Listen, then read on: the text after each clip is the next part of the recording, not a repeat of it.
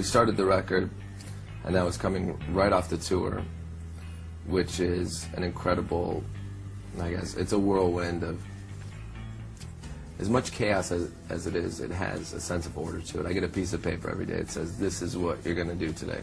When they set me free into the wild, it's like, I'm like a wild animal and that I don't know what to do. It's Pavlovian. Combine that with, you know, a relationship that was created and sort of formed in that circumstance. It's bound for destruction when you reinsert something that is what you're really married to. You know, technically, I'm married to what I do, and that includes Twiggy. And so us getting back together, it's not, you know, I know that gay marriage is illegal in California, so it's not that. Although, you know, of course there's rumors and video proof that there's been what could be considered homosexual behavior, but there were no erections, so I consider it purely for business, not pleasure. That's me making light of what happened in my life. I have to look back at it and realize that it was a really hard time. Obviously, if you want to know what happened since the last time I've talked to anybody, you listen to the record and you hear it how you want to hear it. You don't hear it like Eat Me, Drink Me. You just hear it by inserting yourself into it. It's a movie. When I watch a movie, I want to be the character. I always want to be the villain. You know, people always say, oh, do you have a responsibility being a role model? Role models are mannequins. I'm a role villain. You have to fuck shit up. You have to be bad. You have to take a lot of abuse. But the villains are always the ones that, in the end, attract the damaged women. And I guess that's what I am, a damage magnet. But I guess I'm a damaged person. So that's what Twiggy and I have in common. We're victims. We don't want to be victimized. I make music for people that are victims, you know, and that's not to be said lightly, but I have to make light of it because I don't want to be serious in the era of emo where it becomes just another fashionable card in a store where you look for the section that you want to be in. Emo, rape, murder, suicide, etc. That's why I'm making it. I'm in etc. So that's what I am. Almost in the exact opposite of reality television, which I would never do because, first of all, it's very scripted, and I think that's obvious to everyone. My room became, I don't know, it's a good luck to my manager dealing with the person I leased the house from. But in his ultimate wisdom, he wanted to remove the walls of my bedroom to try and keep them in their integrity. I photographed them in great length, and it appears in the album artwork. But during the period of November to January 5th, when I sang most of the record, and I still, you know, I vacated my home, last week. I've lived alone for the first time in my life. I mean, that may sound like no big deal. You know, I went from living with my parents, Boca Raton, Florida, starting a band, going on tour, living with Twiggy, watching him, various versions of whatever it is that he does, and then I incorporate myself, you know, the usual, stuffing Bible pages and pissing and, you know, etc.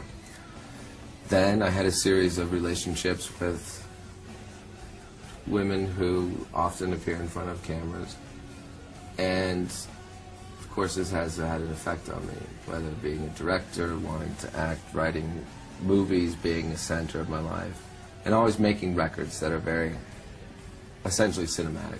So this record, just from the beginning, read like a film because I was living a film. I had, you know, is that my light? I had these very same lights in my bedroom, smoke machines. I forget I have them on. I'll be watching TV and then it'll go, the smoke machine, and I laugh because it's comedy.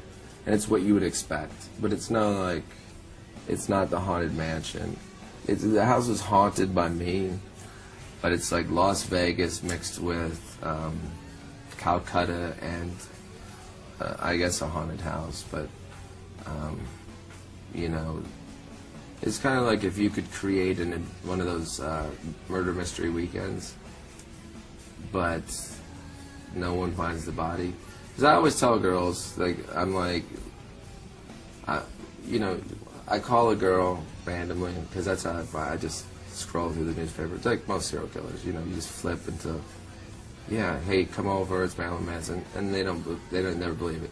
Like, well, I didn't want to come over because I thought you were just some crazy stalker. Like, well, I am, and yes, both, I'm the same. And then they come over, and I have Visqueen plastic, the kind you lay down on the, here, go ahead, Twiggy's there. Oh, you look like a cocaine dealer. Yeah, I am. That's fantastic. So, there's a curtain from my bedroom to the bathroom, and this was purely just to hide the fact that I don't like anyone watching me sleep or piss. It's just a phobia I have, and it's also the key to success in relationships. But the plastic is the kind you lay down on the floor when you wrap bodies in, and I say, oh, don't worry, it's fine. You know, I'm not going to kill you buried in the backyard. I don't have a shovel, and I don't want to break a sweat, unless it's, you know, the old-fashioned way. So that became, I mean, this is no Match.com, but that became like the way of meeting new people. But I liked living alone, and everyone really had this big preconception that I can't be alone, he can't handle himself alone. So a lot of the record was me going through that trauma, and as much as I'm making it humorous now because I'm sitting next to fucking Don Knotts Johnson, that was pretty good, right? Right. It was rough, and he wasn't there for me. No, he didn't care. You know, like he played the guitar, and then he's like, "Fuck off." That's not true. Nah. There's you know, when you're going through troubles involving relationships, it often involves depression and humiliation, and you don't want to talk to anyone, especially police, coroners, or family. And I mean, if you were to go into my room, and God knows why you would take your clothes off and allow me to fornicate. Like, a girl actually asked me, "Do you have a condom?" And I said, "Do I look like I have a condom?"